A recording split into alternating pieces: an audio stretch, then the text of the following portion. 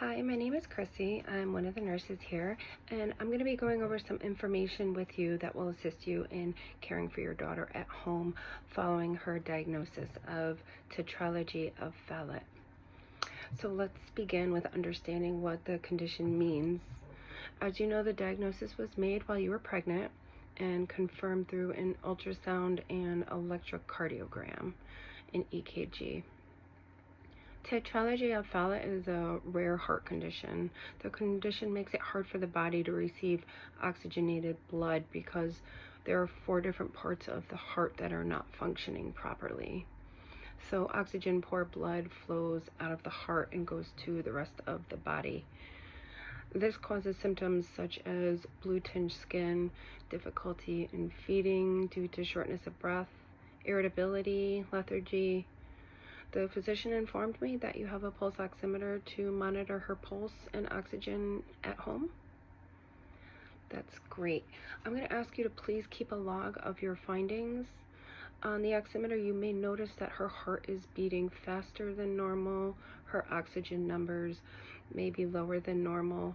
Because of this, you're going to want to do small but frequent feedings. That will help her reserve some energy.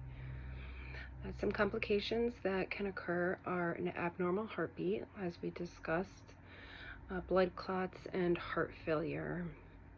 During feedings, or not at all, if you see that your daughter's having shortness of breath, her skin is turning blue, and her respirations increase, I want you to assist her into a knee to chest position. Apply her oxygen and soothe her. This will give her some relief. I would like you to seek medical care immediately, though, if this spell is not being resolved quickly.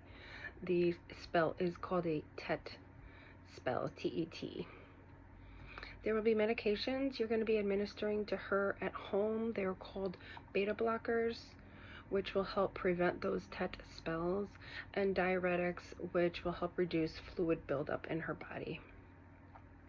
It would be helpful to also add in her log the times that you're administering her medications. Setting an alarm to remind you throughout the day for when her next dose should be given has proven helpful to many parents. Some side effects of the beta blocker will be sleep disturbances, fatigue, and diarrhea. Side effects she may experience from the diuretic are dehydration and electrolyte imbalance. That is where your log of keeping track of her short but frequent feedings with the amounts she consumed will be helpful for the provider to see if she shows any signs of dehydration. Signs of dehydration can be her crying with no visible tears and fewer wet diapers.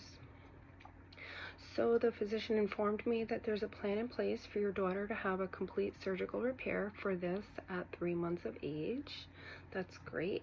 And I see you have plenty of follow-up appointments here until then, starting with a virtual appointment with me tomorrow at noon. With the virtual appointment, I'm hoping to help you with any questions or concerns that you have after being discharged home. So I'll print out your discharge paperwork for you, and I will talk to you tomorrow at noon. Take care now.